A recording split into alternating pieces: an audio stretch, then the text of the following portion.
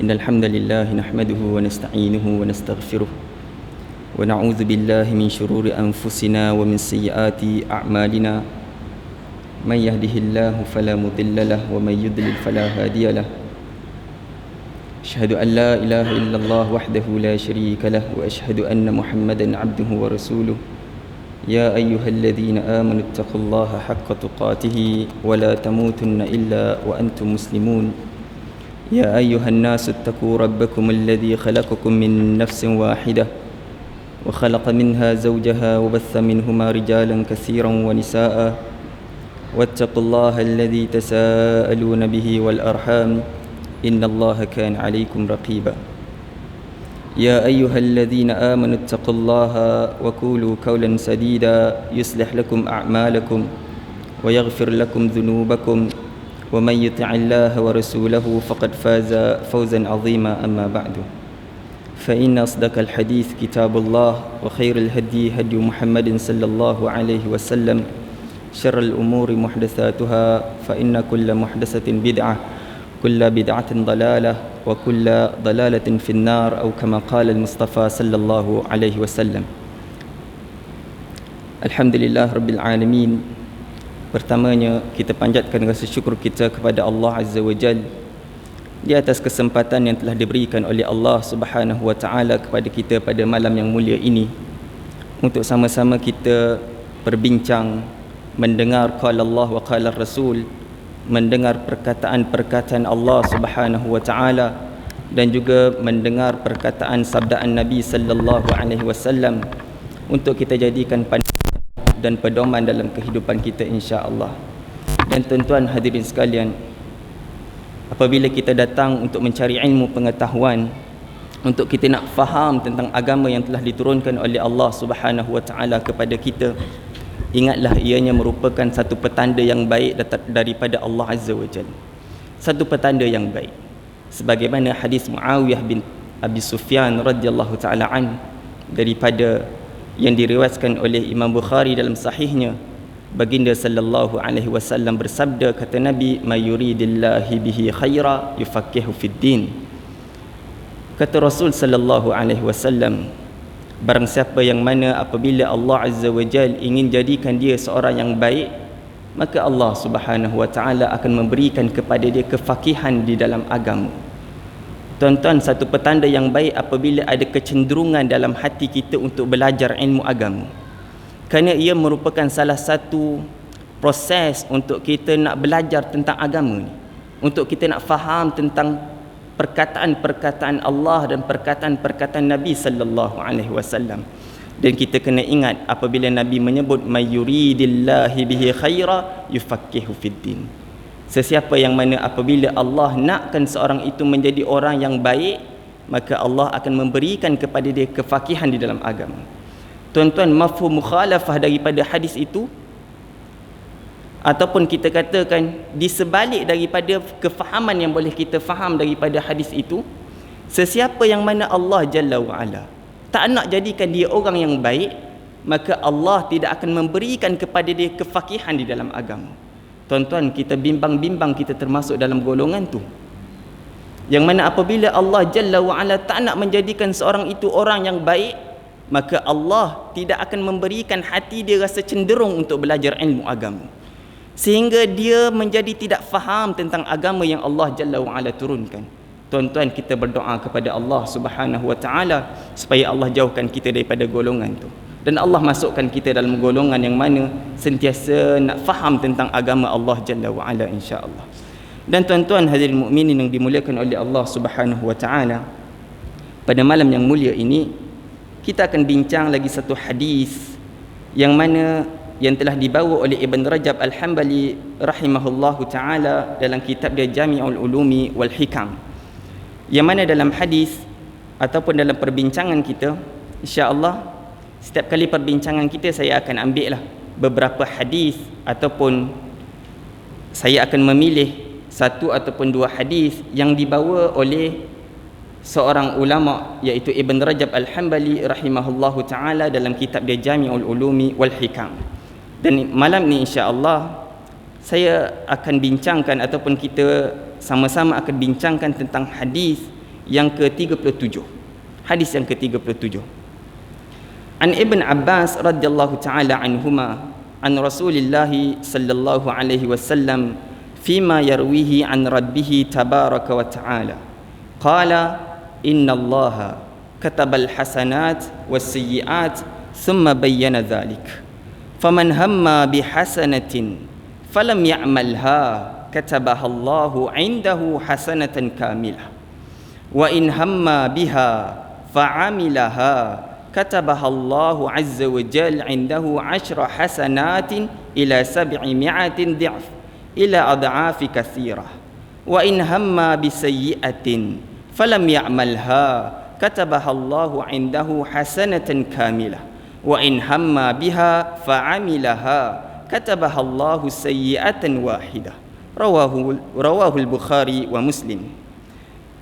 Dari Ibn Abbas radhiyallahu taala anhuma, yang mana Allah Subhanahu wa taala meredai mereka berdua, dari Nabi sallallahu alaihi wasallam, yang mana berkata Allah Jalla wa Ala telah pun berfirman. Maksudnya tuan-tuan, hadis yang kita nak bincangkan pada malam ini merupakan hadis qudsi. Hadis qudsi yang mana apabila kita faham hadis qudsi adalah hadis yang mana lafaznya datang daripada lisan Nabi sallallahu alaihi wasallam, akan tetapi maknanya adalah datang daripada Allah Azza wa Jalla. Ianya berbeza dengan Al-Quranul Karim, tuan-tuan. Hadis qudsi berbeza dengan Al-Quran. Al-Quranul Karim, lafaz dan maknanya datang daripada Allah Jalla wa Ala, tanpa ada sedikit pun perubahan yang dibuat oleh baginda sallallahu alaihi wasallam. Sebagaimana contohnya Alif Lam Mim, kita baca dalam suratul Baqarah ayat yang pertama, Alif Lam Mim. 3 huruf itu, tuan-tuan, Jibril alaihi salam bawa ayat tersebut kepada baginda sallallahu alaihi wasallam. Tetapi Nabi sallallahu alaihi wasallam menyampaikan kepada para sahabatnya sedikit pun tidak mengubah. Itu adalah Al-Quranul Karim. Lafaz dan maknanya datang daripada Allah Azza wa Jalla 100% tanpa ada perubahan daripada Nabi sallallahu alaihi wasallam. Tetapi pada malam ini, tuan-tuan, kita nak bincang tentang hadis qudsi yang dibawakan oleh Nabi sallallahu alaihi wasallam, yang mana maknanya datang daripada Allah Azza wa Jalla, akan tetapi lafaz digunakan sendiri oleh Rasul sallallahu alaihi wasallam. Mungkin tuan-tuan Nabi sallallahu alaihi wasallam mendapat ilham daripada Allah Jalla wa Ala, ataupun mendapat mimpi daripada Allah Jalla wa Ala. Lantas Nabi sallallahu alaihi wasallam menyampaikan kepada para sahabatnya. Tuan-tuan hadirin sekalian, hadis ini merupakan hadis qudsi. Allah Subhanahu wa taala telah pun berfirman, kata Allah Jalla wa Ala, innallaha katabal hasanati was sayyiat thumma bayyana dhalik. Sesungguhnya Allah Subhanahu wa taala telah pun menulis kebaikan-kebaikan dan keburukan-keburukan ataupun dosa-dosa. Kemudian dia, iaitu Allah Jalla wa Ala, menjelaskan tentang itu. Faman hamma bihasanatin falam ya'malha katabaha Allahu 'indahu hasanatan kamilah. Sesiapa yang mana bercita-cita untuk melakukan kebaikan, tetapi dia tidak pun melakukan kebaikan tersebut, maka Allah Subhanahu wa taala akan tulis di sisinya satu ganjaran yang sempurna. Wa in hamma biha fa'amilaha katabaha Allahu Azza wa Jalla 'indahu 'ashra hasanatin ila 700 dhi'f ila ad'afi katsiratin.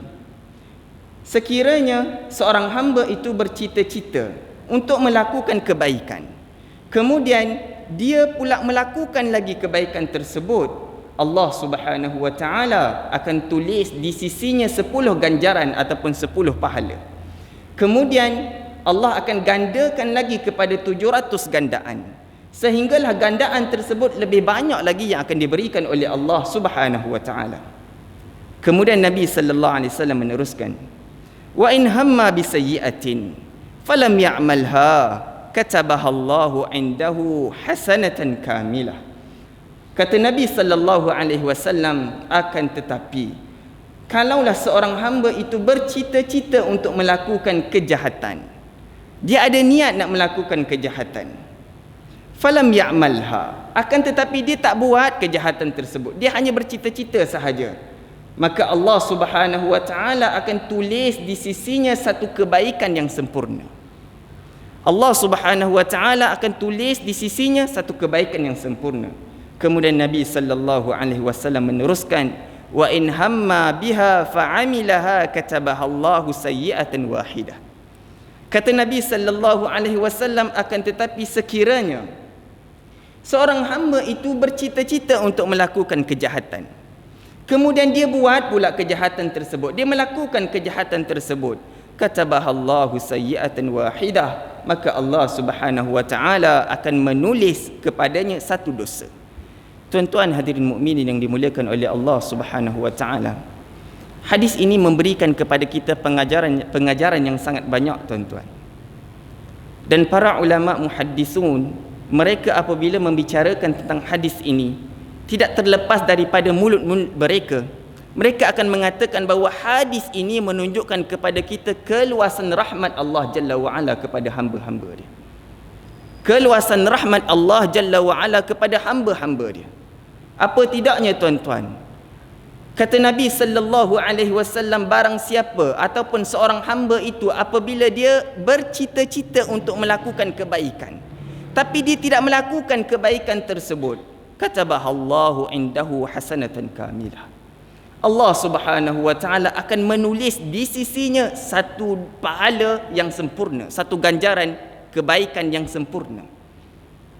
Kemudian apabila Nabi sallallahu alaihi wasallam menyebut tentang seorang hamba itu apabila mereka melakukan kejahatan, bercita-cita untuk melakukan kejahatan, tetapi tidak melakukan kejahatan tersebut, Nabi sallallahu alaihi wasallam sebut, katabahallahu indahu hasanatan kamilah. Juga Allah Jalla wa'ala akan memberikan kepada dia satu kebaikan, satu pahala yang kamilah, yang sempurna kepada dia, tuan-tuan. Dan kemudian apabila Nabi sebut seorang hamba yang mana apabila dia bercita-cita untuk melakukan kejahatan, fa'amilaha, kemudian dia buat pula kejahatan tersebut, dia bercita kemudian dia buat kejahatan tersebut, katabahallahu sayyi'atan wahidatan. Allah Subhanahu wa taala akan menulis kepada dia satu dosa sahaja. Tuan-tuan, sebab itu bila kita sebut tentang hadis ini, di kalangan para muhaddisun, ahlu hadis, mereka akan membicarakan hadis ini tidak terlepas daripada mulut-mulut mereka. Mereka mengatakan bahawa hadis ini membicarakan tentang keluasan rahmat Allah Azza wa Jalla ke atas hamba-hamba dia. Betapa sayangnya Allah Subhanahu wa taala ke atas hamba-hamba dia, sehingga kan apabila kita berniat sahaja nak melakukan kebaikan, lantas Allah memberikan kepada kita satu ganjaran pahala yang sempurna. Tuan-tuan, bila kita lihat matan hadis ni, tuan-tuan mungkin tak nampak sebab kita tak ada handout kan untuk kita nak tengok matan hadis ni. Tapi bila kita lihat apabila Nabi sallallahu alaihi wasallam sebut tentang kebaikan dalam hadis ni, Nabi akan meletakkan hasanatan kamilatan, satu kebaikan yang sempurna. Tuan-tuan, kalaulah kita sebut hasanah, sudah pun memadai menunjukkan kepada satu kebaikan. Hasanah sudah memadai untuk menunjukkan kepada satu kebaikan, tuan-tuan. Akan tetapi dalam matan hadis ini, perkataan Nabi sallallahu alaihi wasallam, Nabi sebut hasanatan kamilatan, satu kesempurnaan, satu kebaikan yang sempurna. Kemudian apabila Nabi sallallahu alaihi wasallam sebut tentang dosa yang akan diperolehi oleh orang yang melakukan dosa, Nabi sallallahu alaihi wasallam sebut sayyi'atan wahidatan, satu dosa yang satu. Kalaulah Nabi sallallahu alaihi wasallam sebut sayyi'atan, itu pun sudah memadai, tuan-tuan.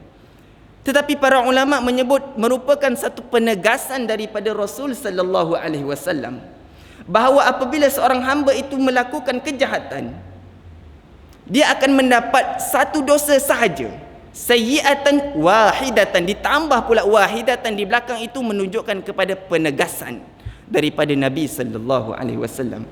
Buat jahat hanya dapat satu sahaja dosa.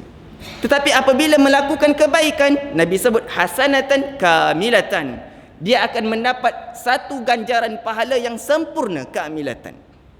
Apabila berbicara tentang dosa, Nabi tak kata sayyi'atan kamilatan, tuan-tuan.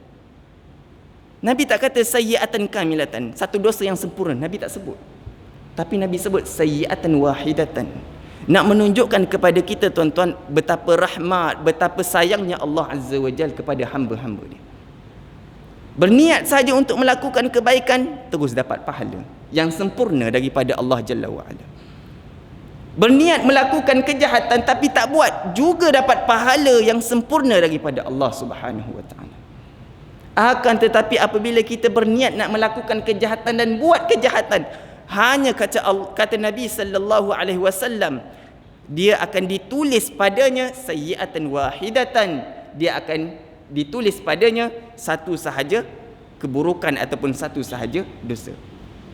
Dia menunjukkan kerahmatan Allah Azza wa Jalla kepada kita, tuan-tuan.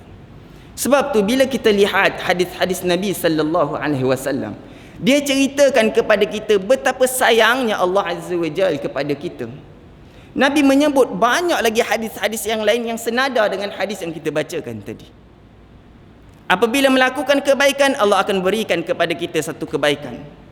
Bahkan Allah akan gandakan lagi 10, 700 bahkan lebih lagi daripada itu kebaikan yang kita buat. Tetapi apabila kita melakukan kejahatan, Allah Subhanahu wa taala akan tulis hanya satu sahaja kejahatan kepada kita. Banyak hadis-hadis yang mana Nabi sallallahu alaihi wasallam ceritakan kemurahan Allah Azza wa Jalla tentang itu. Tuan-tuan, dalam hadis yang lain nak menunjukkan kerahiman Allah Azza wa Jalla, kasih sayang Allah kepada kita.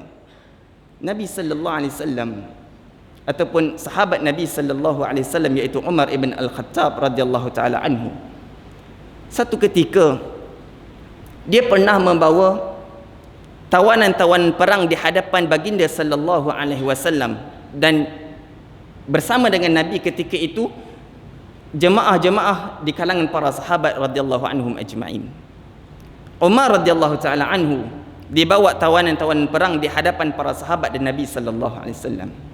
Apabila tawanan-tawanan perang tersebut sampai di hadapan Nabi dan para sahabat, tiba-tiba ada seorang daripada tawanan perang itu, seorang wanita, dia seolah-olah mencari sesuatu. Dia seolah-olah mencari sesuatu. Dan keadaan dia seolah-olah kalut nak mencari sesuatu tersebut, ianya dilihat oleh para sahabat dan Nabi sallallahu alaihi wasallam. Dan Nabi tengok apa sebenarnya yang dicari oleh perempuan ni. Tuan-tuan, rupa-rupanya perempuan ini mencari anak dia. Dia mencari anak dia. Apabila dia mendapati anak dia, lantas dia terus pegang anak dia. Dia peluk anak dia, dia cium anak dia, dia bagi susu kepada anak dia. Dan tingkah laku perempuan tersebut dilihat oleh Nabi sallallahu alaihi wasallam dan para sahabatnya. Nabi tengok dan para sahabat tengok.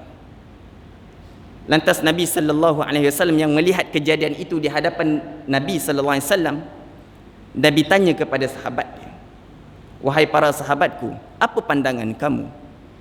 Adakah perempuan yang mana engkau lihat tadi dicium anak dia, didukung anak dia, dia bagi susu kepada anak dia?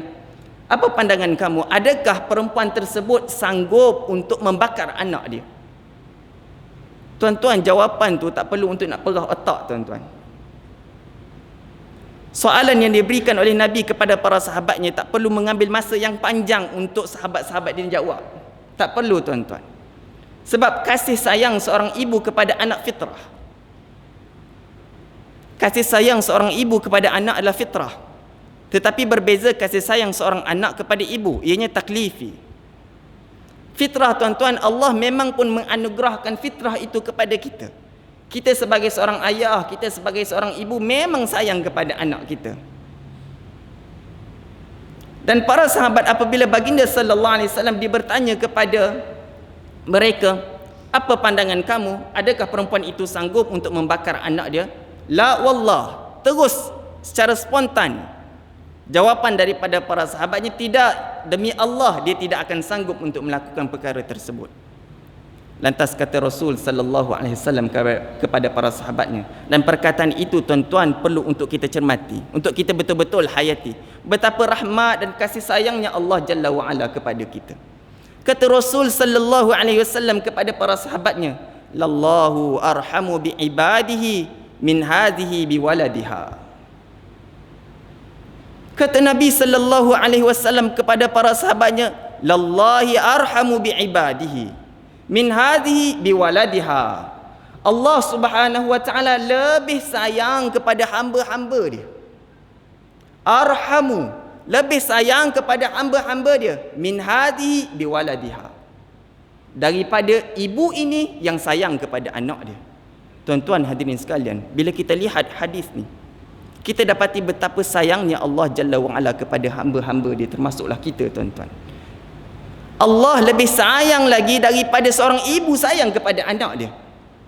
Kalau kita lihat begitu sayangnya seorang ibu kepada anak dia, tuan-tuan, kasih sayang itu tidak boleh menandingi kasih sayang Allah Azza wa Jalla kepada hamba-hamba dia. Sebab itu bila kita buka Al-Quran, kita akan jumpa banyak wasiat-wasiat daripada Allah Azza wa Jalla, yang mana Allah kata kepada kita, jangan sesekali putus asa dengan rahmat Allah. Kerana rahmat Allah Subhanahu wa taala sangat-sangat luas kepada hamba-hamba dia. Sangat-sangat luas, tuan-tuan.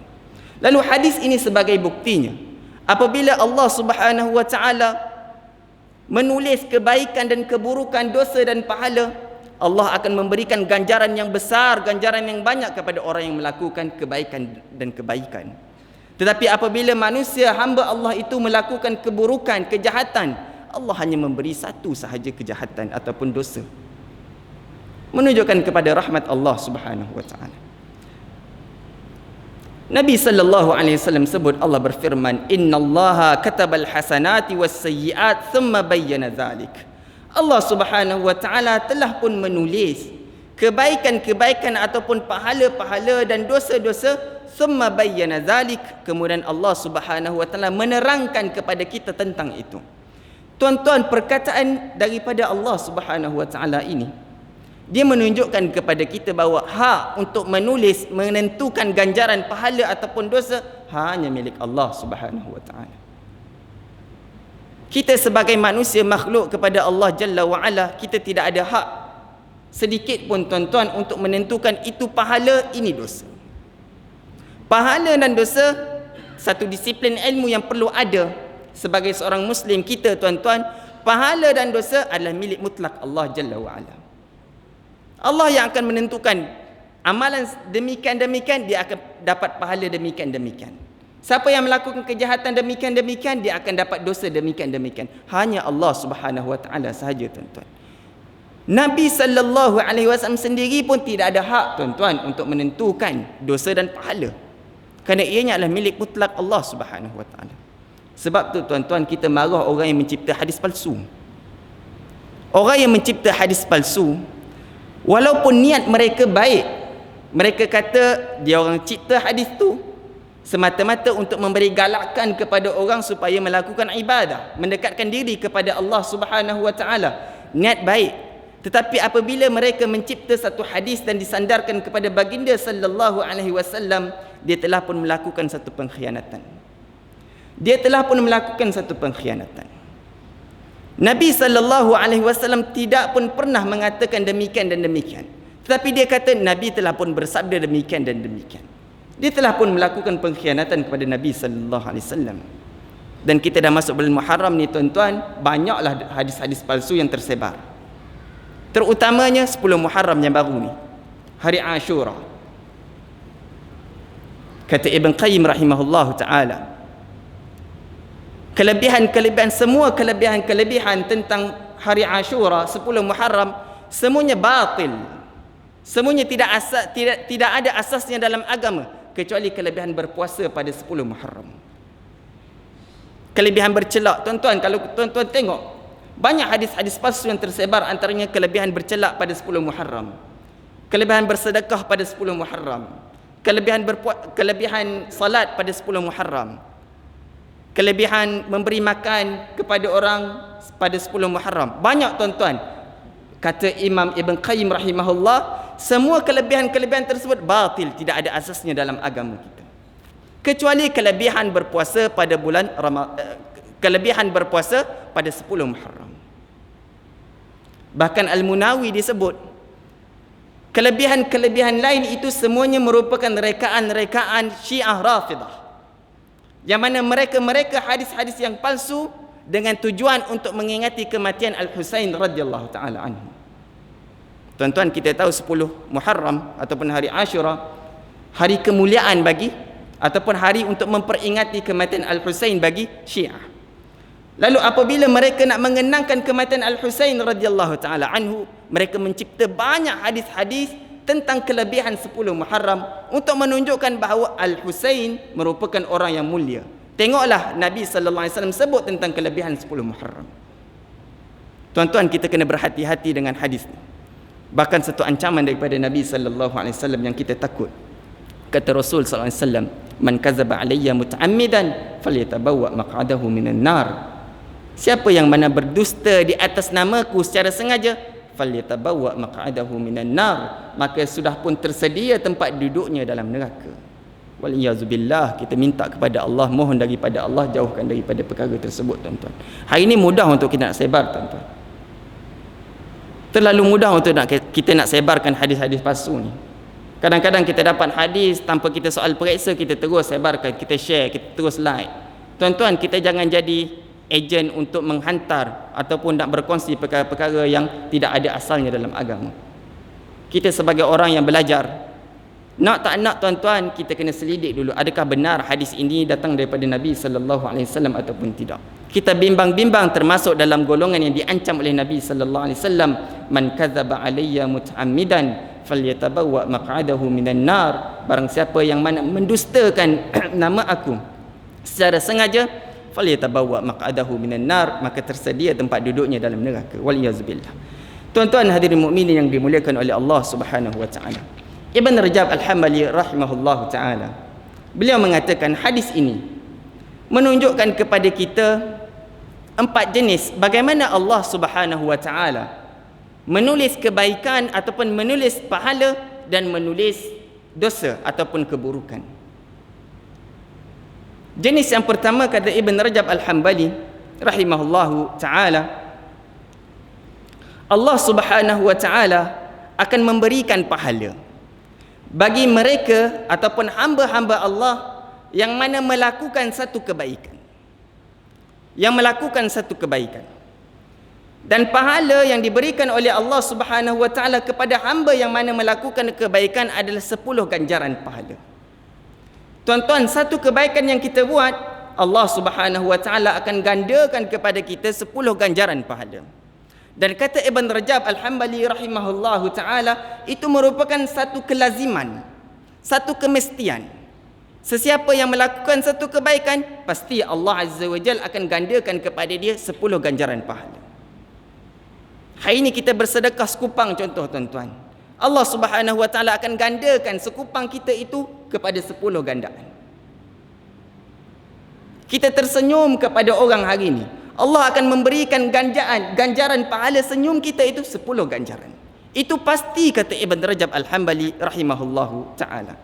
Dalilnya apabila Allah Subhanahu wa taala sebut, "Man jaa bil hasanah falahu 10 amsalihha." Siapa yang mana datang dengan membawa kebaikan ataupun melakukan kebaikan, kata Allah, falahu 10 amsalihha, bagi dia akan memperoleh 10 ganjaran pahala di sisi Allah Subhanahu wa taala. Tapi tuan-tuan, dalam hadis yang kita nak bincangkan ini, Nabi sallallahu alaihi wasallam dia tak cerita tentang itu sahaja. Dia tak berhenti setakat tu je, tuan-tuan. Dia bagi tahu lagi kepada kita, katabahallahu azza wa jalla indahu 10 hasanat. Allah akan menulis di sisinya 10 ganjaran. Ila 700 di'f. 10 ganjaran tersebut, kata Nabi sallallahu alaihi wasallam, Allah akan gandakan lagi, tuan-tuan. Gandakan lagi kepada 700 gandaan. Banyak, tuan-tuan. Daripada 10, kata Rasul sallallahu alaihi wasallam, Allah akan gandakan lagi kepada 700. Kemudian Nabi meneruskan ila ad'afi katsirah, kemudian akan digandakan lebih lagi daripada itu. Tuan-tuan, rahmatnya Allah, kasih sayangnya Allah kepada kita. Buat satu kebaikan, satu kemestian yang akan diberikan oleh Allah kepada kita, Allah akan gandakan 10 ganjaran pahala. Itu satu kemestian, satu kewajipan. Kemudian Nabi sebut, kemudian Allah akan gandakan pula kepada 700, kemudian akan gandakan lagi lebih daripada itu. Tuan-tuan hadirin sekalian, para ulama mereka berbincang, bagaimana Allah Subhanahu wa taala nak gandakan lebih lagi daripada 700 dan lebih lagi daripada itu. Antaranya tuan-tuan yang disebut oleh Ibn Rajab Al-Hambali rahimahullahu taala, salah satu faktor ataupun sebab bagaimana Allah Subhanahu wa taala nak gandakan amalan kita 700 dan lebih lagi daripada itu. Yang pertama, kerana kesempurnaan Islam yang ada pada diri seseorang. Semakin sempurna Islam seseorang itu, apabila dia melakukan kebaikan, disebabkan kesempurnaan Islam dia, disebabkan ilmu yang dia pelajari, Allah Azza wa Jal akan gandakan 700 bahkan lebih lagi daripada itu. Yang pertama, disebabkan kesempurnaan Islam yang dimiliki oleh seseorang. Dan yang kedua, kata Ibn Rajab Al-Hambali rahimahullah, kamalul ikhlas. Bagaimana Allah nak menggandakan 700 dan lebih lagi daripada itu? Apabila seorang hamba itu melakukan sesuatu kebaikan, dia mencapai kamalul ikhlas, keikhlasan yang sempurna. Tuan-tuan, ikhlas merupakan salah satu syarat penerimaan ataupun tidak ibadah di sisi Allah Subhanahu wa taala. Allah sebut, "Faman yarju liqa'a rabbih falyamal amalan salihan wa la yusyrik bi ibadati rabbih ahada." Siapa yang mana bercita-cita untuk bertemu dengan Rabbnya, dengan Tuhannya, falyamal amalan salihan. Perkara yang pertama yang dia kena buat, kena amal dengan amal yang salih. Para ulama mentafsirkan amal yang salih adalah ittiba' Rasul, mengikut apa yang disyariatkan oleh Nabi sallallahu alaihi wasallam, apa yang ditunjukkan oleh Nabi sallallahu alaihi wasallam dan kita buat, dan itu dikatakan sebagai amal yang salih. Amal yang salih tuan-tuan, dia bukan ikut kepala kita. Mungkin hari ini kita salat subuh 5 rakaat contohnya tuan-tuan. 5 rakaat dengan 2 rakaat sudah tentu ikut akal logik kita tuan-tuan, 5 rakaat itu lebih baik lagi daripada 2 rakaat. Ikut logik kita tuan-tuan. Tetapi itu dalam perkiraan agama bukan amal yang salih. Sebab amal yang salih dia kena ikut petunjuk yang diajarkan oleh Nabi sallallahu alaihi wasallam. Amal yang salih yang pertama. Kemudian kata Allah Subhanahu wa taala, siapa yang mana bercita-cita untuk bertemu dengan Allah Subhanahu wa taala, wala yusyrik bi ibadati rabbih ahada. Dia tidak boleh mensyirikkan Allah Subhanahu wa taala dengan sesuatu apa pun. Ataupun dalam erti kata yang lain, apabila dia melaksanakan ibadah kepada Allah Azza wa Jal, ikhlas lillahi Azza wa Jal, benar-benar bulat kerana Allah Subhanahu wa taala. Dan 2 syarat ini tuan-tuan, penerimaan sesuatu ibadah. Penerimaan sesuatu ibadah. Dan Ibn Rajab Al-Hambali rahimahullah, dia mengatakan bagaimana Allah Subhanahu wa taala akan gandakan 700 dan lebih lagi daripada itu? Kamalul ikhlas. Makin seseorang itu melakukan perbuatan dengan ikhlas, semakin banyak Allah Jalla wa Ala akan gandakan pahala dia. Sebab itu apabila Allah Subhanahu wa taala sebut masalul ladzina yunfiquna amwalahum fi sabilillah kamathali habbatin anbatat sab'a sanabila fi kulli sumbulatin mi'atu habbah wallahu yudha'ifu liman yasha. Allah memberi perumpamaan kepada kita, orang yang mana membelanjakan hartanya di jalan Allah Subhanahu wa taala, pahalanya kata Allah Subhanahu wa taala kamathali habbatin, seperti satu benih kata Allah Azza wa Jalla, ambatat sab'a sanabil, yang mana satu benih itu akan tumbuh daripadanya 7 tangkai. Satu benih, kemudian kata Allah, daripada satu benih akan tumbuh padanya 7 tangkai. Fi kulli sumbulatin mi'atu habbah. Setiap tangkai itu pula tuan-tuan, Allah sebut akan tumbuh padanya adalah 100 pula lagi biji benih yang lain. Tuan-tuan, itu lipat gandanya Allah Jalla wa'ala kepada hamba dia yang mana berinfak fi sabilillah. Dan para ulama mufassirun kebanyakannya tuan-tuan, apabila mereka mentafsirkan ayat ini, satu perkara yang akan mereka sebut adalah orang yang mana apabila Allah Subhanahu wa taala gandakan amalan dia apabila dia mencapai kamalul ikhlas, kesempurnaan keikhlasan kepada Allah Subhanahu wa taala. Tuan-tuan, ikhlas ni benda yang berada dalam hati, susah tuan-tuan. So kita kena latih diri kita untuk sentiasa ikhlas kepada Allah Subhanahu wa taala. Bila kita melakukan apa sahaja ibadat kepada Allah Jalla wa Ala, kena latih diri kita tuan-tuan. Kena latih diri kita. Mungkinlah sekali, dua kali mungkinlah tak ikhlas. Tapi 3, 4, 5, 6 kali insya-Allah, dan kita kena berdoa kepada Allah Subhanahu wa taala supaya Allah campakkan keikhlasan dalam jiwa kita. Perkara yang kedua kata Ibn Rajab Al-Hambali, kamalul ikhlas, iaitu kesempurnaan keikhlasan kepada Allah Subhanahu wa taala. Dan yang ketiga tuan-tuan, bagaimana sesuatu amalan itu akan digandakan di sisi Allah Jalla wa Ala, 700 bahkan lebih daripada itu. Kata Ibn Rajab Al-Hambali, kelebihan yang dimiliki oleh amalan itu sendiri.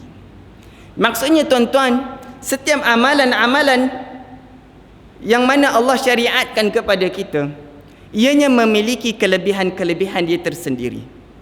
Dia ada kelebihan-kelebihan dia tersendiri. Dan kata Ibn Rajab Al-Hambali rahimahullahu ta'ala, satu ganjaran pahala akan digandakan oleh Allah Subhanahu wa taala melihat kepada amalan itu sendiri. Dan kita tahu tuan-tuan, antaranya dalam hadis yang sahih dan banyak hadis Nabi sebut tentang kelebihan orang yang salat berjamaah. Yang mana siapa yang salat berjamaah di masjid, dia akan mendapat 25 ataupun 27 ganjaran pahala di sisi Allah Subhanahu wa taala. Maksudnya itu merupakan kelebihan orang yang salat berjamaah. Dan ada juga tuan-tuan yang mana ganjar pahala amalan yang mana apabila Allah sebut tentang amalan tersebut, Allah kata bahawa ganjaran pahalanya tidak terkira banyaknya. Antaranya sabar. Antaranya tuan-tuan sifat sabar. Allah Subhanahu wa taala sebut dalam Al-Quran, innama yuwaffas sabiruna ajrahum bighairi hisab. Sesungguhnya kata Allah Azza wa Jalla, ganjaran pahala bagi orang yang sabar ajrahum bighairi hisab, pahalanya tidak terkira, tidak terhitung pahalanya. Tuan-tuan, salah satu amalan yang mana Allah Jalla wa Ala akan gandakan ganjaran pahalanya adalah sabar, sifat sabar kepada Allah Subhanahu wa taala. Dan sabar tuan-tuan, macam kita sebutkan tadi, satu juga perkara yang sangat susah dan untuk kita nak laksanakan. Bahkan Nabi sallallahu alaihi wasallam ceritakan kepada kita hakikat sabar. As-sabru kata Nabi sallallahu alaihi wasallam inda sadbatul ula. Hakikat sabar itu kata Rasul sallallahu alaihi wasallam adalah pada permulaan ditimpanya musibah. Tuan-tuan, kita boleh nilai, kita boleh ukur bagaimana sifat sabar kita apabila mula-mula kita ditimpa musibah. Dan itulah hakikat sabar yang diajarkan oleh Nabi sallallahu alaihi wasallam kepada kita. Innamas sabru inda sadmatul ula, kata Rasul sallallahu alaihi wasallam. Sesungguhnya sabar adalah pada permulaan ditimpanya musibah. Tuan-tuan, kalaulah 1 hari, 2 hari, 3 hari dah terlepas daripada musibah yang kita kena, mungkin kita boleh sabar ketika itu. Tapi pada permulaan ditimpanya musibah, ketika itu kita boleh ukur bagaimana rasa sabarnya kita. Dan kata Nabi sallallahu alaihi wasallam, siapa yang kata Allah Jalla wa Ala, innama yuwaffas sabiruna ajrahum bighairi hisab. Siapa yang sabar, ganjaran pahalanya tidak terhitung banyaknya. Sebab itu tuan-tuan, Nabi sallallahu alaihi wasallam apabila baginda cerita tentang kelebihan berpuasa, apabila Rasul sallallahu alaihi wasallam cerita tentang kelebihan berpuasa, kata Nabi, illa siyam fa innahu li wa ana ajzi bihi. Amalan-amalan yang lain dia ada perkiraan dia tuan-tuan, macam kita sebutkan tadi. Salat jemaah 27 ataupun 25 yang akan diberikan oleh Allah Subhanahu wa taala. Kita baca Al-Quran Al-Karim, kata Nabi sallallahu alaihi wasallam, setiap huruf Allah Jalla wa Ala akan memberikan kepada kita 10 ganjaran setiap huruf. Dan begitu juga amalan-amalan yang lain yang mana Allah Subhanahu wa taala tetapkan kepada kita ganjaran pahala. Akan tetapi sabar ianya tidak ada perkiraan. Tidak terhitung banyaknya, kata Allah Jalla wa Ala, ganjaran pahala yang akan kita perolehi. Bahkan puasa, kata Nabi sallallahu alaihi wasallam, fa innahu li. Puasa itu adalah untukku, kata Allah. Puasa adalah untukku, wa ana ajzi bihi, dan akulah yang akan memberi ganjaran kepada orang yang berpuasa. Sehingga kan para ulama bila bincang tentang hadis ni, mereka mengatakan bahawa orang yang mana berpuasa, kita tidak boleh nak menilai ataupun kita tidak boleh nak kira betapa banyaknya pahala yang akan diberikan oleh Allah Subhanahu wa taala kepada orang yang berpuasa. Sebab Allah sebut sendiri wa ana ajzi bihi, dan puasa itu aku sendiri yang akan berikan ganjaran pahala terhadap dia. Sebab apa tuan-tuan, kata para ulama, puasa itu termasuk di dalam sifat sabar. Puasa termasuk dalam salah satu daripada sifat sabar. Dengan puasa tuan-tuan, kita kena tahan diri kita daripada makan dan minum. Dengan puasa kita kena tahan mata kita. Sabar tuan-tuan. Orang yang tak sabar tak boleh nak tahan mata dia. Dengan puasa kita kena tahan mulut kita daripada mencerca orang lain. Orang yang tak sabar tak boleh nak tahan mulut dia tuan-tuan. Dengan sabar kena tahan tangan dia. Dengan puasa kita kena tahan kaki kita. So puasa itu termasuk dalam salah satu bahagian daripada sabar. Sebab itu kata Allah Subhanahu wa taala, wa ana ajzi bihi, dan sesungguhnya aku akan mengurniakan sendiri ganjaran pahala kepada orang yang berpuasa. Tuan-tuan hadirin sekalian, seterusnya kata Ibn Rajab Al-Hambali rahimahullahu taala, hadis ini menunjukkan juga kepada kita tentang bahawa Allah Subhanahu wa taala akan memberikan keburukan ataupun akan memberikan dosa kepada mereka yang mana melakukan kejahatan, dan dosa yang mana akan diberikan oleh Allah Subhanahu wa taala kepada hamba-Nya yang melakukan kejahatan tanpa gandaan. Tanpa gandaan. Kata Allah Jalla wa Ala dalam hadis ini, katabahallahu sayyi'atan wahidah. Allah Subhanahu wa taala akan menulis bagi dia sayyi'atan wahidah, hanya satu sahaja dosa kepada dia. Kalaulah seorang hamba melakukan kejahatan, melakukan perkara yang mana dilarang oleh Allah Subhanahu wa taala, maka Allah Subhanahu wa taala akan memberikan kepada dia hanya satu sahaja dosa. Dan kata Ibn Rajab Al-Hambali rahimahullahu taala, akan tetapi kadang-kala sesuatu kejahatan yang dilakukan oleh seorang hamba itu juga akan digandakan oleh Allah Subhanahu wa taala apabila terkena kepada beberapa faktor. Salah satu daripadanya tuan-tuan, kata Ibn Rajab Al-Hambali, kerana kemuliaan sesuatu tempat ataupun kemuliaan sesuatu masa. Contohnya tuan-tuan, apabila seorang hamba melakukan kejahatan di kota Mekah contohnya. Dan kita tahu kota Mekah merupakan tempat yang mana dihormati, tempat yang mempunyai kemuliaan di sisi Allah Subhanahu wa taala. Di sanalah ada Kaabah, Baitullahil Haram. Di sanalah ada Masjidil Haram. Dan tempat tersebut, sekiranya seorang hamba melakukan kejahatan kat situ, Allah Jalla wa Ala akan gandakan kejahatan ataupun dosa-dosa dia. Kerana apa? Kerana tempat yang dia buat itu tempat yang tidak sesuai untuk dia melakukan kejahatan. Tempat yang mana dihormati oleh Allah Jalla wa Ala. Ataupun kata Ibn Rajab Al-Hambali, selain daripada tempat, masa. Disebabkan masa juga, yang mana masa itu memiliki kemuliaan, lalu dia melakukan kejahatan pada masa tersebut, Allah juga akan menggandakan dosa dia. Antaranya tuan-tuan adalah ketika mana bulan-bulan haram.